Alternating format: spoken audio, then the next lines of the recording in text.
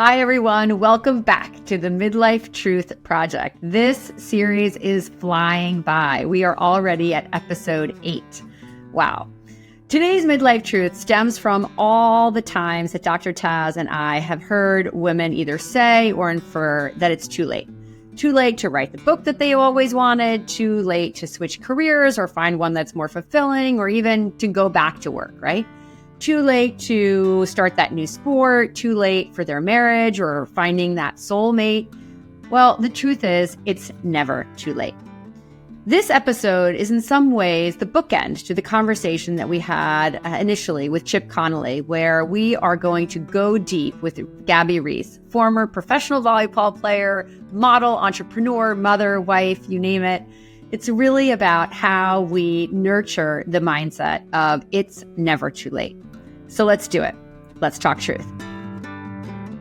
The most common signs of an aging neck are the development of vertical muscle bands, sagging skin, and excess fat deposit. It is important to pamper the area often neglected, the thinning, crepey skin of your neck and sort of this whole décolleté area, using a hydrating and smoothing solution that goes on with a cooling and massaging roller applicator. Women-S is the leading women's wellness brand that is modernizing aging through clean products formulated to meet the needs of your changing skin, hair, and body. They created the Let's Neck and the Décolleté Serum, shown to help instantly tighten and smooth. It helps firm and brighten over time with less sagging and crepiness. Their medical-grade stainless steel roller applicator cools and massages the skin and is formulated with unique plant-based ingredients. Women-S is available nationwide at Ulta Beauty, Amazon, and on womenS.com. Get 20% off orders of $50 or more by heading to womenS.com/midlife and use the code midlife20 at checkout. Women-S, live fully and age well. Gabby, so good to see you again. You and I have shared a conversation here and there about everything from, I think it was hormones, to midlife, how to balance it all, how to really come of age. Thank you for joining us today. I want to ask you, as somebody who is a professional volleyball player on top of the world, what has your experience been with midlife? I feel like you garnered a lot of the praises and the accolades and the awards that everybody awards, us in our youth. Has that been true of midlife? And kind of what has that experience been like for you? It's interesting. I think, first of all, I'd like to preface the start of this by saying, I think bringing the momentum in from having an active lifestyle prior to midlife is probably super helpful. And the fact that that was also wrapped into my job, that makes it easier. So I just kind of want to isolate that and identify that I've had that part pretty lucky. I still would put in front of a lot of people, would they be willing to train as hard as I train? Maybe not, even if it was their job. But I want to identify that. And I think for me, I almost looked at midlife the same as I looked at my late teens, early 20s. When I got into fashion, when I was playing ball in college and modeling, I can remember sort of right prior to that time in my life, people being, it's so weird, you're so tall. I was miserable. Certain parts were really uncomfortable. And then in one instance, people are like, oh, it's amazing. And it was really clear to me then that you sort of had to define how you were feeling for yourself, and you couldn't allow the outside world to define it for you. So maybe going into midlife and having a partner who sort of does their own thing, having things that I loved to do and trying to feel good seemed to be a focus that made midlife a little easier. It didn't mean I didn't take a little bit of a look in the mirror and go, oh, okay, right. this is sort of happening. Coming into midlife, I think they always say well, that's just how it is at this age, and that's how you're going to look, and that's how you're going to feel. And I always found if I didn't fight it, but I didn't bite into it, that was an easier place to function, and then sort of control control the variables I could, and find the ways to either learn to improve the things I wasn't liking or feeling good about, and then also the grace of and that is how it is. Well, Julie and I have shared, I know we talked a little bit about our own experiences of sort of coming into this phase. Mine was sort of a little seamless, I would say, maybe seamless physically, maybe not so much emotionally, but hers was a little bit more rocky. Was there a moment, a defining moment where you're like, oh, wait, I'm in a different sort of point in life right now. And I'm curious what that was. I think for me, actually, it was my children dealing with teenagers. That was mine. Yeah, I have 3 daughters. So it wasn't like my marriage, we had gone through our bumpier stuff earlier. So I was young, sort of like till about close to 40, everything bumpier, just trying to get worked out of my marriage happened prior to that. So I didn't associate midlife with that. It was more of having teenagers and not really knowing what to do and how to handle it, and feeling a sense of, I felt upside down a few times. And I think that then spawned like, is this my life? And now I'm this age and this is happening. And so that was it more for me. I can so resonate with that. And I have to just jump in because I'm curious. First of all, let me just start by saying that I so appreciate you for being this real unicorn in terms of having this very fiercely independent and strong side of you. But then, you're really deeply connected with your role as a partner and a spouse too. I'm sorry, as a spouse and a mom, right? And you talk really openly about that. And so, which I don't think everybody does, right? So kudos for that. And so, but when we go back to how we transition into this midlife, and everyone's experience is different. Some people are overwhelmed. I was massively overwhelmed, I'm not gonna lie. And for some people, it's like this incredible explosion of growth, right? So, and there's everything in between. But I want you to go back to this idea of mourning our younger selves. For me, that was one of the surprises that I had. It felt like I woke up and suddenly I was the oldest person on my street. Everybody else had babies and mine were like going to college. And I was like, what? And then I did a downward dog in yoga and I was like, oh my God. Like it was like two, and I don't know. I should have known, that this was like coming, but shame on me. So I wonder if you could just talk about the idea of mourning your younger self and what that felt like. So in the way that it was really good for me to come from athletics is also the other part that can stab you in the eye, which is, there's an element that people have the expectation that you're going to be kind of quasi superhuman, and you're not, of course. And in a way, all your athletic and repetition and all your movements have caught up to you. So, it's interesting. I had a really, really beautiful mother, and I had a very challenging relationship with her. But what I will say is I learned very early, and I'm talking before I was 20, that's not it. And so I never bit the apple fully about beauty and your aesthetic. I understood it as a door and a tool, and I get it. But there was a part of me that sort of never really thought, okay, being, young or perfectly attractive or whatever the things are is the answer. I was always driven by having a skill set, being somebody that was irreplaceable, that you were bringing value to every place that you were. It doesn't mean that you were the end all be all, but that you always had a value because of your ability to listen, a skill set, maybe you're a boss, whatever that looked like. So I think it was smoother for me because I kind of have always felt like I was in my 30s, and that was never the goal.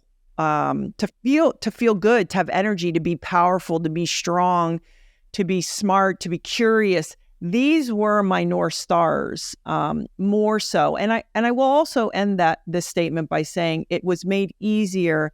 I have been with my husband since I was 25, and he is very, very loving. And people can say, hey, listen, you shouldn't rely on someone and how they feel about you to dictate how you feel. I don't. But to have somebody who's a loving and adoring, it doesn't suck as you move through time. I would agree with that. I feel like I'm sort of in that position too. And we're very similar in the fact that it was my children and the family dynamics that kind of brought me a little bit to my knees and like, wait, what's going on here? But having that person in your corner that's like, you've got this, you're fine, I don't know what you're looking at, like all those statements that they make to reassure us is so helpful as well as you're making this transition.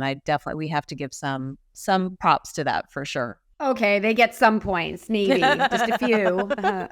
Just a I'll be couple. nicer. I'll be nicer today. I'll make dinner. And we always, women as women, right? We always talk about like, I can't have it all, and even these types of feelings. But I think gaining a level of sensitivity that men are mourning their own losses of their youth and things and their virility and whatever it is, they're not the youngest buck anymore. I think being able to be conscious of that is also really important, because it's real for them too. I've often said that they're having their own experience that nobody's talking about. And I think some of the beauty is going through that experience together, but they also need more resources. They're wearing a mask that they probably need, Julie, their own midlife truth show, that they need a mask to come off as well, because they don't, there's no doubt. They don't have the tools to talk about this. Not at all. So that's another point for them. Unless, and you guys have probably experienced this, what I've experienced with Laird is a great deal of male wisdom is pretty beautiful, because there's a ease in which they see things very clearly, especially if they've been in a partnership or raised children or been a boss, let's say, where they understand humans. The level of acceptance and sort of real wisdom that they get as they get older, I find not only really helpful, like I learned from it, but you go, oh man, this is a person who has used life to become, like, they have the sense of humor. Like Laird will be like, I'll be the guy in the car when you girls are all ready. And he's not fighting it. He's not trying to figure it out. He's like, oh yeah, I understand. I don't understand. Yeah, this is just what it is. Well, it's interesting though, because we might have that, but I'm curious for, folks listening or even watching us that may not have that, how do they navigate sort of this tension that sometimes exists between, here's the mirror, you're not feeling so great about yourself. You don't have that reassurance or that, somebody kind of cheerleading you on and saying, you got this, you can do this. And they kind of sit back and they're like, well, it's just too late. It's too late for me to do this. It's too late for me to do that. I'm invisible. Like this is a lot of what I hear from a lot of my patients. And actually I have two segments of patients, I should say. There's one that's in that camp, right? That if this is normal, I'm getting old, this happens with aging, blah, blah, blah, blah, blah. But then there's this other segment that I'm going to law school. I'm 50 something years old. I'm going to medical school. I'm starting a business. I'm getting remarried. I'm adopting, whatever it is. And the differentiator between them is really interesting. In your experience, why do the people around you feel like it's too late? Is it because they have this relationship that is maybe, not supportive and not nurturing, or they're in a situation that's not supportive or not nurturing, and how do we get them out of this? Let's say the patterns I've seen, like you. I would go out on a line and say that, for example, Dr. Taz, you and I early are probably more ruthless in a different way that's not as obvious as maybe I find a lot of women who are of service, right, to their job, to their family, to their partner. Maybe the marriage doesn't work out, whatever it is, or they didn't find somebody, whatever it is, that actually it's this weird mix of how do we stay in touch with our essence, who we are, what we like, what we want to do, ever so slightly, even when our children are younger, and then how do we let that expand as they get older and more independent? Now, what happens is that, let's say you get spit out of the process, you serve the family, all of a sudden you're not married anymore, your kids are gone, and you're pissed because it's like, well, wait a second, I did the right thing. I did this, yeah. But I did the right thing, and now this is what happened. So I think this idea of it isn't fair. Like maybe you were told, hey, if you do it this way, this is the right way. Okay, great. We can pivot. Doesn't matter for 50, 60, and say, okay, maybe that plan the outcome wasn't how I wanted. What do I want right now? Because we spend so much time keep going like, but that's not fair. And he got remarried and my kids now are moved on. Forget it. It's like, hey, yes. And what do you want to do right now? Because they do have a strength and a wisdom and things to contribute that they're not even aware of, because when you can do that with a family and spend all those years, you have insights and value that you don't even realize. And you can't keep, even though it's tempting to keep going, it's not fair. It isn't. And anyway, life isn't fair, and do something new and different.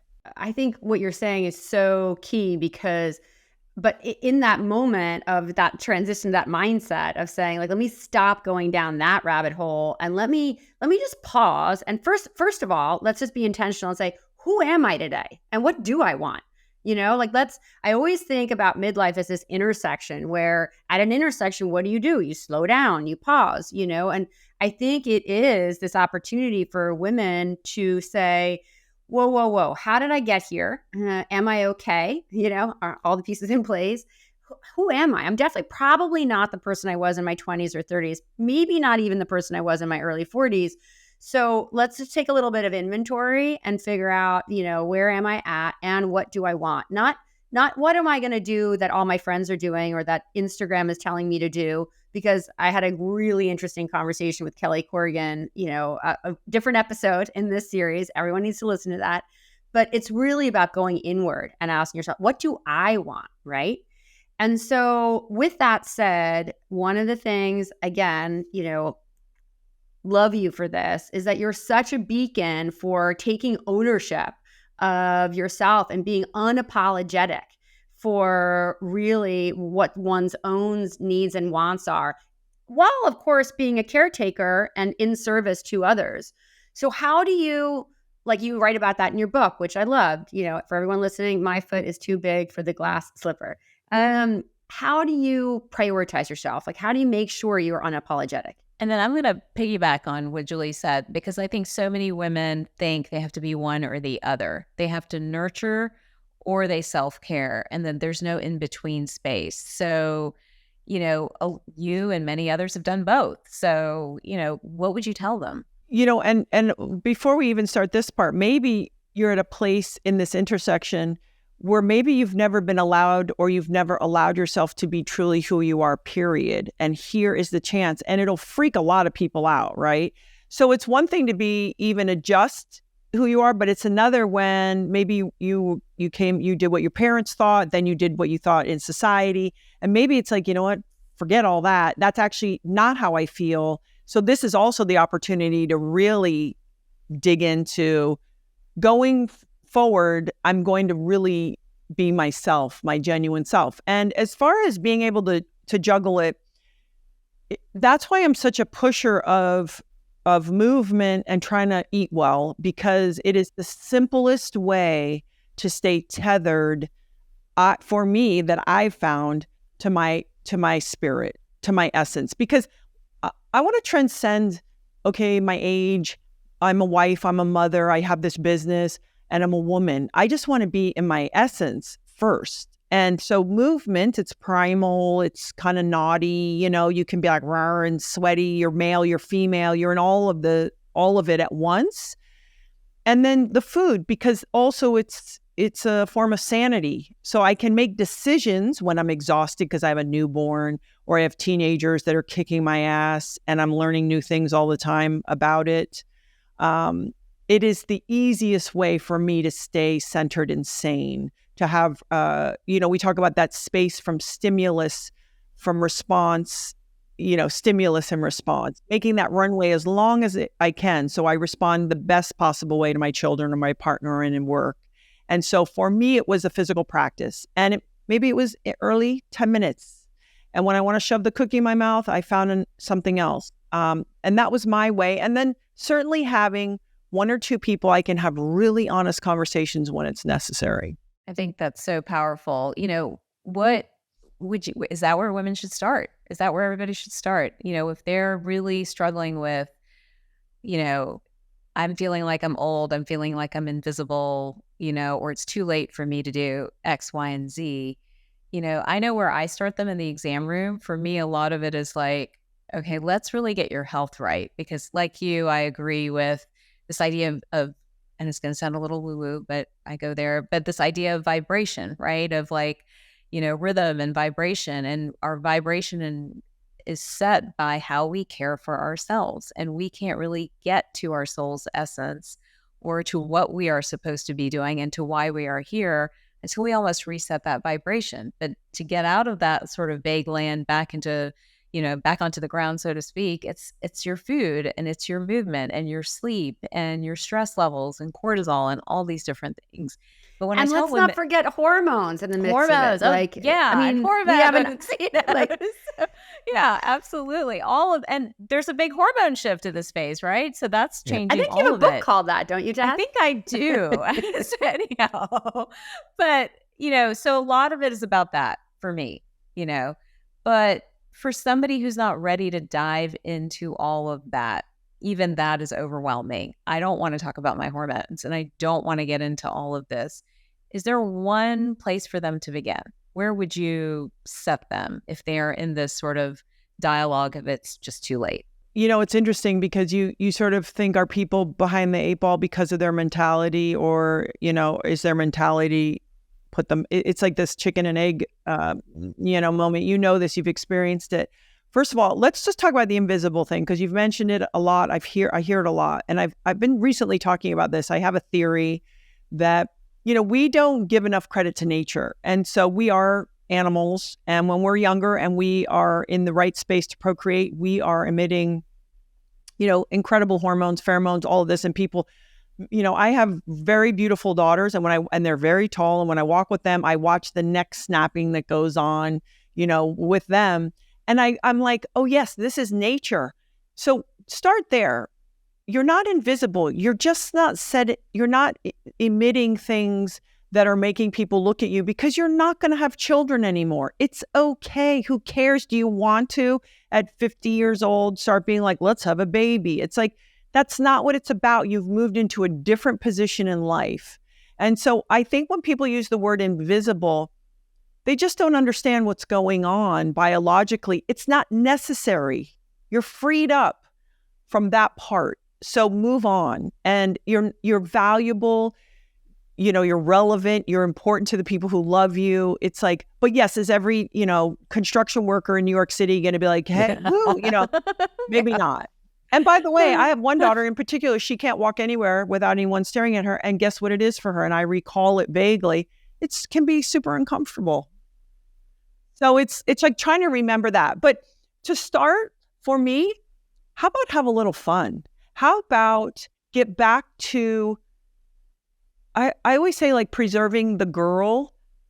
You know how you're like a little more playful, you say inappropriate things, like you sort of don't care so much about being a grown up. Sometimes I think as we get older as women, it's really important to keep, sort of sharpening the blade of being naughty a little bit, and being playful and having a laugh, and not always it having to be on a Saturday night, on a girls' night, 3 drinks in, but just like 12 o'clock on a Wednesday because you want to, and you're not worried about how everybody feels and thinks anymore. So I think for me, it would just be about having some levity, like being a little more fun, because we get so serious and we've had our ass kicked by details and responsibility. It's like, man, how do we offload that and just be playful and fun? So I'm going to repeat that for anyone who might have been distracted when they were walking the dog. Sharpening the knife on being naughty. Okay, I like that. That's delicious. Okay, so that's great. I think that's a good one. You also said something though that also I think is really helpful for women, and that is tapping into their curiosity. Like you talk about that a lot in your work, and it's my impression that you are very curious. And so I wonder if you could talk a little bit about how curiosity plays into aging and the mindset of it's not too late. Yeah, it's so important. And I think there's a real distinction between curiosity and searching, because we all have met a lot of people. They're always searching and looking. The answer isn't out there. It is in here. It's within us. And obviously, the closer we get to any answers, we realize there really aren't answers, right?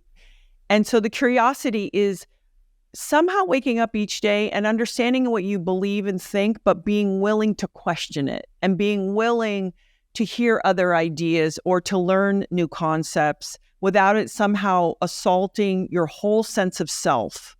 Because I think that's what happens. We get so locked into, well, this is who I am and this is what I think. It's like, how could we each day, push that aside just a little bit and say, I'm willing to take the day as it comes and ideas as it comes. And when things sound interesting to me, I'll lean towards it. If I don't like things, maybe I'll keep leaning towards it until I understand, well, why is that bothering me? And just sort of keeping that open mind, because that fixed rigidness is really the death of us, versus I have friends that are in their 80s and they do listen with wonder and curiosity. They don't know everything. And you see that little look in their eye, which I think stems from curiosity. That actually probably keeps them, youthful and young and learning and engaging and all the other things that we need for vitality. I think that's incredible. Since we're talking about the importance of friendship as we age, community is such a big part of that conversation too. Finding like-minded women to lean on during midlife can help all of us feel more connected and definitely less alone. Women Us is one of my favorite go-to women-owned companies because they're all about encouraging women to embrace every chapter of life with grace and confidence. They're also about empowering women with not only products, but also valuable resources, content, and yes, community. They even created a private Facebook group called The After Party. It's an incredible private community sharing all things midlife for women who are 40 plus. So join the party by signing up on their website. And don't forget that Women Us products are available nationwide at Ulta Beauty, Amazon, and on womenus.com. So go check it out, and you're going to get 20% off orders of $50 or more by heading to womenus.com/midlife and using the code midlife20. That's midlife20 at checkout. Women Us, live fully, age well. To put you back in your world, into this very physical world, what about I'm thinking about people that have issues physically, like they don't have the energy, they've gained a lot of weight, they may have chronic inflammation. That will make people feel old, right? That will absolutely make them feel like it's too late. I mean, I have friends that will be like, everything aches the minute I get out of the bed now, in your world of athletics and movement and understanding the physical body as much as you understand the other layers. What are things that they can do to kind of get out of that, where it's just their physicality that's blocking them and making them feel like it's too late? I mean, listen, if it's not their emotionality and it's their physicality, that's completely achievable. That's much easier. And there is nothing more painful than not moving. Let's get that straight. And by the way, I have a fake knee. I'm sore all the time. I just have had a long relationship with it. And so what I would say to people is you have to put a plan in place, literally pen to paper. You need to either, get a group of friends. You need to have a calendar and a schedule, even if it's just to walk. Let's not undervalue this. But it's not going to fix itself, and it's not going to be fixed by not doing anything. So you have to have a plan in place. Even your meals, like if you go, hey, I always reach for this weird food when I feel stressed or I'm bored or I'm lonely, plan out your meals, get some friends and go, hey, we're going to meet 4 or 5 times a week. And if you could afford it, get yourself a trainer once a week and get a relationship with dumbbells. Women especially are like, I've never done that. Great. Here's something new and exciting. It can be a 2.5 pound dumbbell. It can be a 5 pound dumbbell. But one of the greatest friends you could have as we get older is a little bit of muscle. And there's just, again, there's no way around it. And you won't be the first person in history who is thriving on 3 hours of sleep and not exercising. It's just, none of us can escape it. It's sort of like life and death. Like it's happening. And so I think putting a plan in place and saying, you know what, I'm scared, I'm uncomfortable, I don't know what to do, and I'm going to put my head down and just move in that direction, because the other is actually not an alternative. It is a road to full misery. I heard someone recently say that the best adult toys we can buy ourselves are weights. Yeah, there you go. Because unless you're a single lady, then you could, there you go. That too. You may need but a few I others.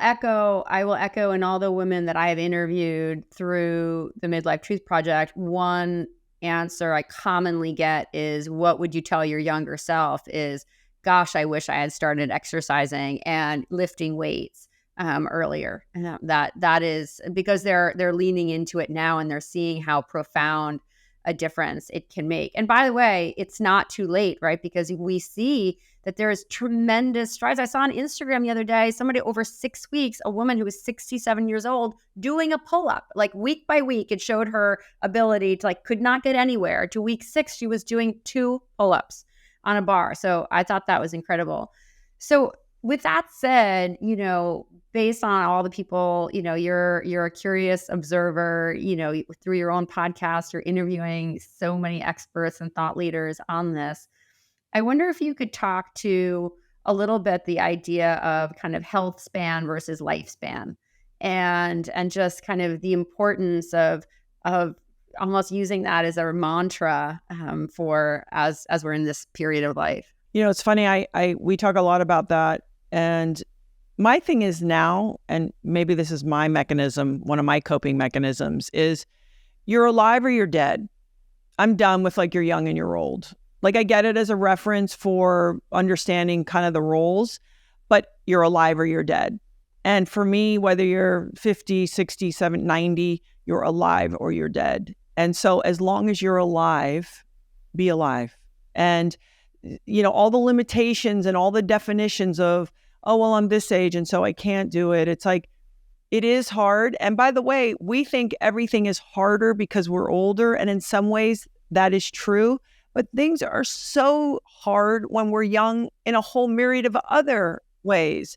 So now you go, hey, I've got a little more wisdom. I have some experience. So figure it out. Figure out the way to move, figure out the way to connect with people, not to feel isolated and alone. Cause I actually think that would be number one, maybe number one.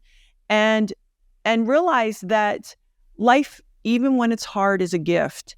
And we're all here to contribute something. And it doesn't mean something that we're going to get checks for and, awards for. It means we're all here to connect and to contribute something. And so it is our responsibility to be healthy enough, which just could mean walking and trying to eat well and get to bed. I'm not talking about you got to run a marathon. Now, maybe that motivates you, whatever it takes. And realize that you're sort of leaving opportunities to express yourself and to contribute on the table if we don't figure out a way to take care of ourselves. And the other side of this too is I also want to remind people, if you haven't done it or you haven't done it in a long time, you need 90 days. Just create a 90-day plan, suspend faith, hope, belief in your emotions for 90 days, be like a robot, be like, yep, this sucks. And here I'm getting up and doing it again. Because you need the 90 days. It's just the way it is. And I think Gabby and I are both on the same page where we believe these physical changes that you make or these actionable changes that you make ultimately provide what I've been talking a lot about, just intrinsic motivation. Naturally, then you're inclined to take that next risk or to do that next thing. But if you don't kind of get through that level of stuff, then you kind of stay locked in your own cage. I kind of equate it to kids, right? With children, if you put them in a super stressful environment, they're going to cower in the corner and they're going to be like, well, I can't do any of this. This is not my role. So they do nothing. They never take a risk. They don't run for president. They don't go on honor council. They don't try out for the school teams.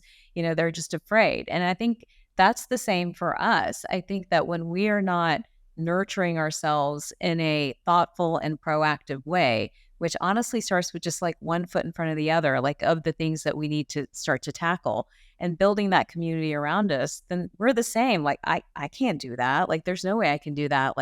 There's no way I can take that trip or take that job or whatever it is. So it's a very similar, I think a very similar pattern that you take risk and you put yourself out there when you have cared for yourself and you have truly paid attention to where you are in terms of your stress and, just your overall health for sure. But it goes back to, modeling that you are going to prioritize yourself. I am important. And, I went through COVID. That was the defining line for me. It was the year I turned 50. I was like, listen, y'all, I was like, this is happening. And I was like, I'm doing it. I'm either going to wake up after this pandemic and I'm going to be on the floor, 20 pounds overweight and really hurting, or I'm going to come out of COVID and turn 50 and be the best version of me. And I mean, I somehow managed to tap into that voice, and I won't go through my whole story, but it took me 3 years to get there because I was on the floor, primarily hormonally, which led to everything else going awry.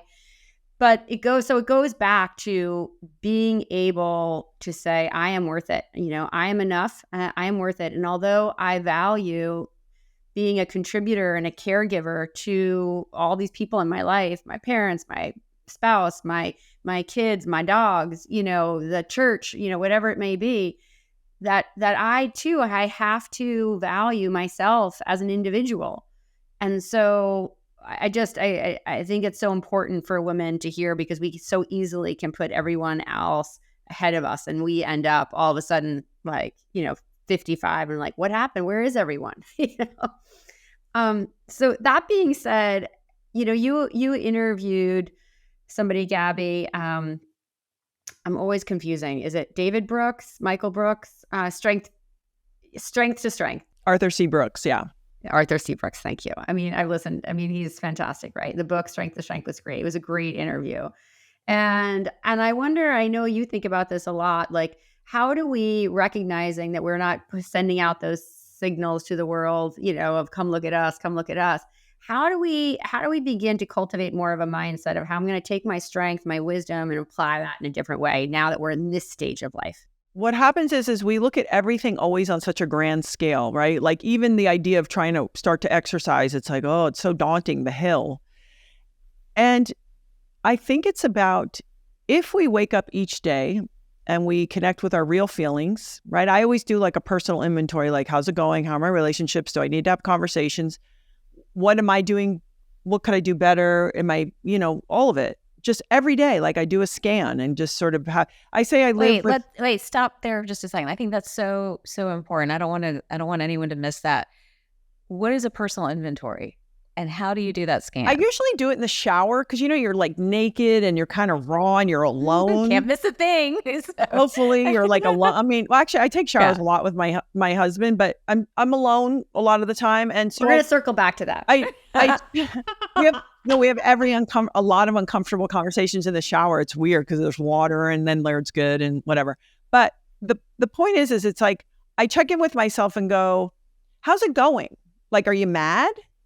Or if you are mad, like, what's that vibration? Because I get very aggressive. Like I'm not a girl who gets sad. I get like aggravated. Angry. Yeah, I use anger to push through everything. I don't use sadness, which has its own problems. Okay, but so I check in and I go, back to Dr. Taz's like vibration. Your vibration, like, come on, you're feeling pissed off. Like, what's up? So is it a kid? Am I worried about something? Am I worried about the future? Is it a work thing? Is it a me thing? And I just scan in the shower every day, because I always say I live with 100% accountability and grace. Because if I don't give myself the grace, I can't attack it. If it's just constantly being accountable, it's too harsh. So I give myself the grace and go, And part of it was Laird. Laird taught me that's probably a normal feeling. Okay. So it's always, we call it clearing the decks. Keep the decks clear. Don't put it under the rug. Conversely, I don't react to a lot of things that I know in a few hours I'm not going to worry about. So I know also how to just let things go. So it's both, right? So living in that space of really checking in with myself all of the time feels really important. And then it's, how am I going to show up today? What's the strategy on that to be my best self? And also, what do I want? What do I want? Is it the relationships? Do I want to accomplish something? Is it good enough if it's just serving my neighbor? Do I want to do it on a bigger scale? I'm as honest with myself as I can be. Do I need attention? What do I want? And then I think it's sort of saying, how can I honestly and above board do that? And what happens is I think when you show up like that, what you really want shows up in your path. And so when people are on a quest, it could be, you know what, I want to do something, on a local level, on a municipal level, that feels important to me. I want to dive in. I want to be a member. Say that to yourself at least. We don't have to put it away. It can be big and it can be small. Small is just as satisfying as big. People just don't realize that. They're not different.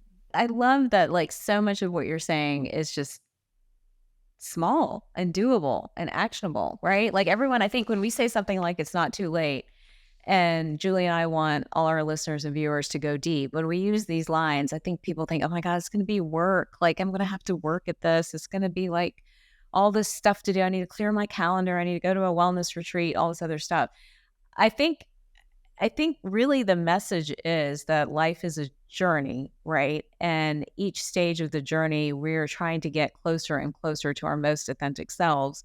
But we have to start with us, right? And how we care for ourselves, and start with something small and actionable that is a tool for you to communicate. I think that's what we're trying to say. We need to create tools to communicate with ourselves. So that's why I love the personal inventory, because I don't think we communicate with ourselves most of the time, And do it consistently. Consistency is key. Just like you said, 90 days, show up every day, do it for 90 days. Like, I have this is going to sound really stupid, but I have like a bed making challenge with my husband right now. I'm like, I'm going to make bed every day. It's like a new thing, and I just think small, consistent actions prove to ourselves that we can do it. And the other thing I was going to say to that is also, I love this idea of taking inventory and saying things. I believe in saying things out loud. Say it to a friend, say it to the mirror, say it to somebody, because when you hear yourself say it, it takes it away from the heart or away from the mind, and it like puts it out there for you to actually hear and kind of listen to it. The military, they make the bed every day because when you start, it's like the first thing you put in your mouth or the first act that you do. Like for me, it's once you're moving in that up, you'll make better choices and decisions throughout the day. So for example, when I start the day, I have a giant glass of water with greens and reds and minerals in it because you're dehydrated from sleep. I've always made my bed. That's just the way it is. So I think also, if you can't do it alone, if you don't feel like it, and I put feel in quotes, then put things in place that put you in the direction of where you're trying to go. So I often say you can you can go from the goal and back in and go, okay, well, how would that person act and live? And do that. And conversely, with trying to attain goals or who you're trying to show up as a person, when I want to kill everybody and MF them and whatever, I go, okay, but who am I trying to be? How is that person going to respond and act in this moment? Because right now I'm not feeling that way. So even in those little and big ways, I agree with you. And always pull the weeds. Don't let the weeds get big, man. Like whether it's with yourself or relationships, every day, pull those weeds. I think that's so valuable. And then Julie and I talk a lot about going deep too, right? Not that it's not just too late, but going deep. I'm curious how you went deep when it came to this phase of our lives, midlife, and, kind of looking ahead. I think I've tried by nature to function in a place that's pretty raw and deep most times, because maybe it was the way I was raised or not raised, I should say. I had to really be my own guide. And so I think I've always done that, and not being afraid of having ugly feelings and thoughts. It's just part of being a person. And sometimes I think we need to go through that and have a relationship with it. Even like, for example, a lot of women at our age, there's parental and life disappointment, right? Like you thought it was going to go one way and and I think people might be like, oh, it's like, yeah. And that was on me for having expectations. I didn't have experience. I didn't know. They had me a new baby. I go, the sky's the limit, all possibilities. And then your kids grow up and they make very different decisions and choices than maybe you would want for them. The point is, that is the point. We're in school. That's what we're doing here. We're learning and we're in school. And I've said this a lot, like with my husband, I'll go, sometimes I wish I was more like that as a parent. He goes, yes, but then you would have had these other issues. And so I don't spend too much time going with regret. It's just, how do I keep moving towards the person that I would respect? And then hopefully everyone else, because I can't control what they do. I can't control Laird. I can't control my girls. Hopefully I'm the kind of person that they want to respect or come home to visit or whatever. I can't control that. We had a guest on, Julie, you probably remember, I think it was Dr. Malone, who talked in her episode about well, I'm sorry. Like, when people are coming to her with all this stuff and like our nature that is was usually great. to fix and fix and fix. Like, well, I'm sorry that happened to you. So sorry, but not the constant, well, let me fix this for you, let me make it right. I think a lot, I think, and we're going to talk about midlife truths in a minute, but one of them is we are not in control of everybody else around us. We are only truly responsible to ourselves. And the more we nurture and care for ourselves, hopefully that bleeds into everything else that we do and touch, but it's not a guarantee because, to your point, life is often not fair. Speaking of which, that's a good segue. So I have a few questions that I ask the women that I interview in the Midlife Truth Project, the original. And so I'm wondering if I can ask you a few questions. Consider it like a little bit of a speed round. First is, what makes you feel vulnerable at 54? Oh, the well-being of my children. That's it. Like, they're the only things that, like, are they going to be okay? Everything else, it's like, I'll take it on the chin if it happens, but I think that's it. What brings you to tears? I think unexpected things. I think when I hear the truth, like a real truth, sometimes that'll be something that overwhelms me. And it's usually an indication that it's something I can pay attention to. So, just something that seems so true about life that it never had occurred to me. And maybe I'll read it, or Laird and I'll be having a conversation, or I'll hear it in a lecture, and I might get weepy because I get overwhelmed by how true it feels. What lights you up? It's very simple, gathering around a table with a good food and people I really adore. It's kind of it. I love it.